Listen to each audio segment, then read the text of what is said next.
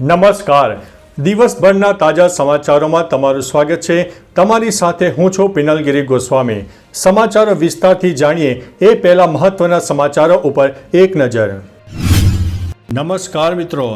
મહત્વની હેડલાઇન્સ ઉપર નજર નાખીએ તો સુરતમાં નિયમોનું ઉલ્લંઘન કરનાર 55 સ્કૂલોની માન્યતા કરાશે રદ. ત્યારે આગળ વાત થશે દરેક યોજનાનો વિરોધ કરશો તો પ્રગતિ કેવી રીતે થશે. આગળ વાત થશે બિહારમાં 300 પુલ તૂટ્યા, સુપ્રીમે કહ્યું અમને બધી ખબર છે. આગળ વાત થશે બ્રેકિંગ સામે આવ્યા છે, 26,000 નોકરીઓ રદ કરવામાં આવી છે. આગળ વાત થશે ઉપર મોદી અને નીચે પણ મોદી, ચારે બાજુ મહાપુરુષ છે તો ભારતમાં આટલા બધા ભ્રષ્ટાચાર અને ઘૂસણખોરી કેમ. ત્યારે વાત થશે આ વખતે રામનવમી પર બનશે ખાસ સંયોગ. આગળ વાત થશે 6 વર્ષના મૂકબધિર બાળક પર ભૂંડનો હુમલો સામે આવ્યો છે.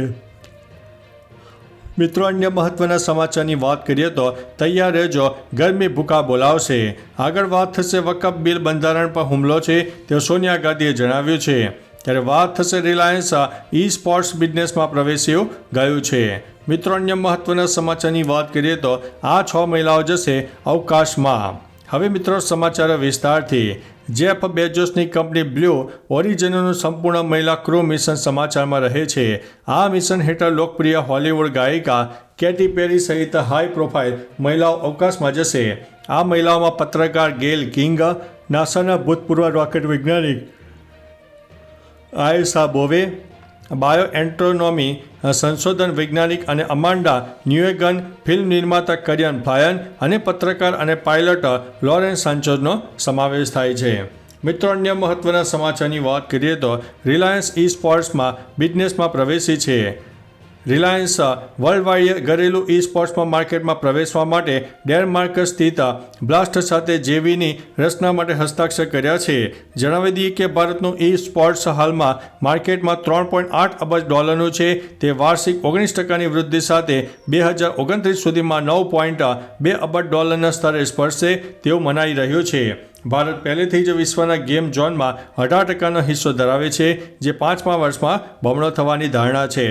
મિત્રો, અન્ય મહત્વના સમાચારની વાત કરીએ તો વકફ બિલ બંધારણ પર હુમલો છે તેવું સોનિયા ગાંધીએ જણાવ્યું છે.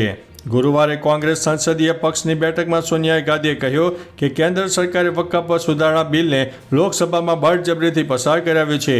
આ બિલ બંધારણ પર હુમલો છે. આ આપણા સમાજને કાયમ માટે તોડવાની ભાજપની સુનિયોજિત રણનીતિનો એક ભાગ છે. મોદી સરકાર દેશને ખાડામાં લઈ જઈ રહી છે. તે બંધારણનો નાશ કરવા માગે છે. બંધારણ ફક્ત કાગળ પર રહેશે. અમે આનો વિરોધ કરીશું. મિત્રો, અન્ય મહત્વના સમાચારની વાત કરીએ તો તૈયાર રહેજો, ગરમી ભૂકા બોલાવશે. ગુજરાતમાં તાપમાનનો પારો ચડતા હવામાન વિભાગે કચ્છ, રાજકોટ, પોરબંદર અને જૂનાગઢ માટે હીટ વેવની આગાહી કરી છે. સાથે તાપમાન 43 ડિગ્રીની પાર જવાની સંભાવના છે. સૌરાષ્ટ્રના સુરેન્દ્રનગરમાં બુધવારે સૌથી વધારે 42.8 ડિગ્રી તાપમાન નોંધાયું હતું. હવામાન વિભાગે કચ્છ, રાજકોટ, જૂનાગઢ માટે યલો એલર્ટ અને પોરબંદર માટે ઓરેન્જ એલર્ટ જાહેર કર્યું છે. આગામી 7 દિવસ ભારે ગરમી રહેવાની સંભાવના છે. મિત્રો, અન્ય મહત્વના સમાચારની વાત કરીએ તો 6 વર્ષના મૂકબધિર બાળક પર ભૂંડનો હુમલો. પાલનપુરમાં 6 વર્ષના મૂકબધિર બાળક પર ભૂંડે હુમલો કરીને મોઢાના ભાગે બચકા ભર્યા. બાળકને પાલનપુર સિવિલ હોસ્પિટલમાં સારવાર હેઠળ ખસેડવામાં આવ્યો, જેની હાલમાં પણ સારવાર ચાલી રહી છે. ડોક્ટરે જણાવ્યું કે બાળકને પ્લાસ્ટિક સર્જરી માટે અમદાવાદ રિફર કરવાની જરૂર પડી શકે છે. બાળકને ડોક્ટરો દ્વારા હાલમાં પ્રાણીના હુમલા બાદ અપાતી રસી પણ આપી દેવામાં આવી છે. મિત્રો, અન્ય મહત્વના સમાચારની વાત કરીએ તો આ વખતે રામનવમી પર ખાસ સંયોગ યોજાશે. આ વર્ષે રામનવમી 5 એપ્રિલે સાંજે 7 વાગે અને 27 મિનિટે શરૂ થશે અને 6 તારીખે એપ્રિલ સાંજે 7:30 વાગે સમાપ્ત થશે. ઉદય તિથિ અનુસાર તે ફક્ત રવિવાર 6 એપ્રિલના રોજ ઉજવાશે. 6 એપ્રિલે પણ 3 દુર્લભ યોગ બની રહ્યા છે, જેના કારણે શ્રી રામ નવમીનું મહત્વ વધુ રહેશે. પૂજાના ફાયદા બમણા થશે. રામનવમીના દિવસે રવિ પુષ્પ યોગ અને સર્વાર્થ સિદ્ધિ યોગ અને સુકર્મા યોગ સન્માનવાય છે. આ યોગ ખૂબ જ શુભ અને લાભદાયી છે. મિત્રો, અન્ય મહત્વના સમાચારની વાત કરીએ તો ઉપર મોદી અને નીચે પણ મોદી, ચારે બાજુ મહાપુરુષ. આપ સાંસદ સંજયસિંહે સુરક્ષા વ્યવસ્થાનો મુદ્દો ઉઠાવ્યો. તેમણે કહ્યું કે છેલ્લા 11 વર્ષથી કેન્દ્રમાં ભાજપની સરકાર છે. ઘણા રાજ્યોમાં ડબલ એન્જિન સરકાર છે. ઉપર મોદી અને નીચે પણ મોદી, દરેક જગ્યાએ મહાપુરુષની સરકાર છે, તો પછી ઘૂસણખોરી કેમ થઈ રહી છે? જો કોઈ ઘૂસણખોર ક્યાંક રહેતો હોય તો તે કેન્દ્ર જવાબદાર છે. ગલવાન ખીણમાં 20 સૈનિકો શહીદ થયા બાદ ચીન સાથે વેપાર વધાર્યો તે પણ શરમજનક બાબત છે. મિત્રો, અન્ય મહત્વના સમાચારની વાત કરીએ તો બ્રેકિંગ ન્યૂઝ, 26,000 નોકરીઓ રદ થઈ. સુપ્રીમ કોર્ટે બંગાળના એસએસસીની 26,000 જેટલા શિક્ષકોની નોકરી રદ કરવાના કેસમાં સમગ્ર પેનલને રદ કરવાની જાહેરાત કરી છે.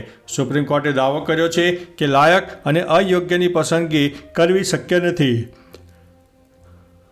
સીજેઆઈ સંજીવ ખન્ના અને જસ્ટિસ સંજય કુમારની ડિવિઝન બેન્ચે આ કેસમાં ચુકાદો આપ્યો છે. કોલકાતા હાઈકોર્ટે ભ્રષ્ટાચારના કેસમાં એસએસસી હેઠળ 25,753 નોકરીઓ રદ કરવાનો આદેશ આપ્યો છે. મમતા સરકારે હાઈકોર્ટના નિર્ણય સામે સુપ્રીમ કોર્ટમાં અરજી કરી છે.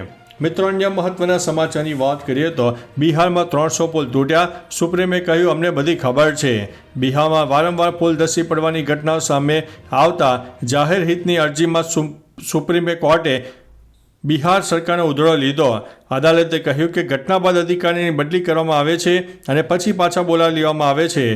અરજદારનો દાવો છે કે અત્યાર સુધીમાં 300 પુલ તૂટી પડ્યા છે. સુપ્રીમ કોર્ટે સરકારની ઝટકણી કાઢતા કહ્યું કે અમને બધી ખબર છે. બિહારમાં તમે કઈ કઈ યોજનાઓ ચલાવો છો.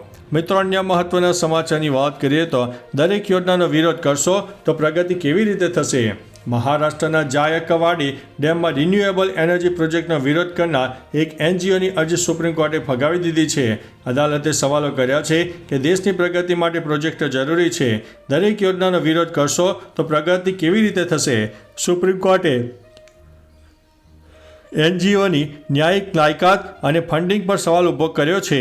અગાઉ એનજીટી એ પણ આ પ્રોજેક્ટ વિરુદ્ધ કોઈ કાનૂની રોકટોક ન કરતા હોવાનું જણાવ્યું હતું. મિત્રો, અન્ય મહત્વના સમાચારની વાત કરીએ તો સુરતમાં નિયમોનું ઉલ્લંઘન કરનાર 55 સ્કૂલોની માન્યતા રદ થશે. સુરતમાં નિયમોનું ઉલ્લંઘન કરનાર સ્કૂલો સામે કડક કાર્યવાહી કરવામાં આવી રહી છે, જેમાં વિદ્યાર્થીઓ સાથે ચેડા કરનાર 55 સ્કૂલોની માન્યતા રદ કરાશે, જેમાં જિલ્લા શિક્ષણ વિભાગની મોટી કાર્યવાહી સામે આવી છે. રદ થયેલા સ્કૂલના વિદ્યાર્થીને અન્ય સ્કૂલમાં ખસેડાશે, કેમ કે વિદ્યાર્થીનું ભવિષ્ય ન બગડે તેને ધ્યાનમાં લઈને નિર્ણય લેવામાં આવ્યો છે. રિપોર્ટના આધારે ડીઈઓ પ્રાથમિક શિક્ષણ નિયામકને માન્યતા રદ કરવાની ભલામણ કરશે.